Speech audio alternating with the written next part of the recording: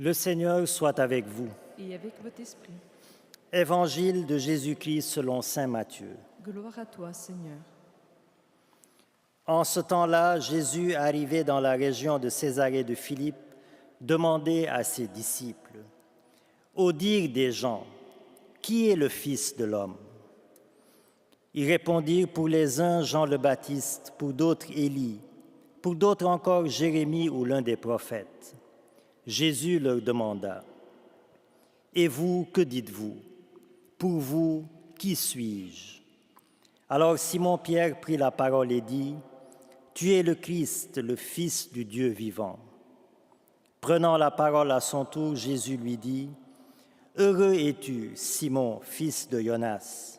Ce n'est pas la chair et le sang qui t'ont révélé cela, mais mon Père qui est aux cieux. Et moi, je te le déclare, tu es Pierre, et sur cette pierre je bâtirai mon Église, et la puissance de la mort ne l'emportera pas sur elle. Je te donnerai les clés du royaume des cieux. Tout ce que tu auras lié sur la terre sera lié dans les cieux, et tout ce que tu auras délié sur la terre sera délié dans les cieux. » Acclamons la parole de Dieu. Louange à toi, Seigneur Jésus.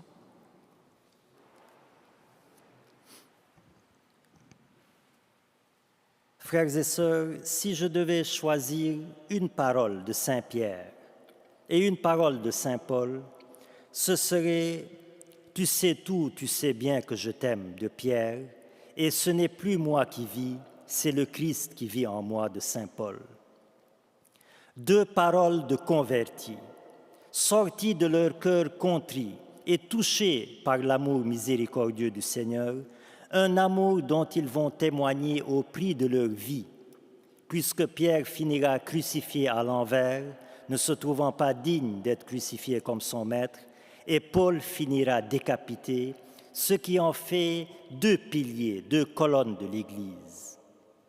Mais deux piliers non pas en vertu de leur sainteté originelle, mais en vertu de leur sainteté finale, car au début, ni Pierre ni Paul n'étaient des modèles.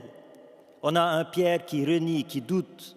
On a un Saint Paul, ou un Saul d'ailleurs, qui persécutait, qui massacrait. On est donc loin, loin des saints qu'ils seront plus tard.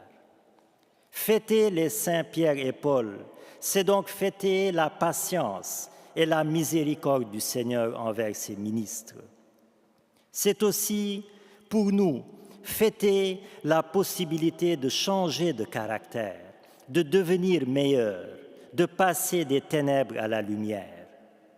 Pierre le fougueux, le rebelle, et Paul le persécuteur acharné de l'Église deviendront des phares de l'amour, des précurseurs de l'évangélisation. C'est dire donc, frères et sœurs, que quel que soit notre caractère, quelle que soit notre vie passée, quelles que soient nos attaches, nos habitudes, nos addictions, avec la grâce du Seigneur Jésus-Christ, il y a toujours l'espoir du changement, l'espoir de la conversion, pour devenir un meilleur parent, un meilleur enfant, un meilleur ami, un meilleur prêtre, un meilleur chrétien. Il n'y a pas, frères et sœurs, il n'y a pas de cœur humain dont la dureté puisse résister à la puissance de l'amour de Dieu.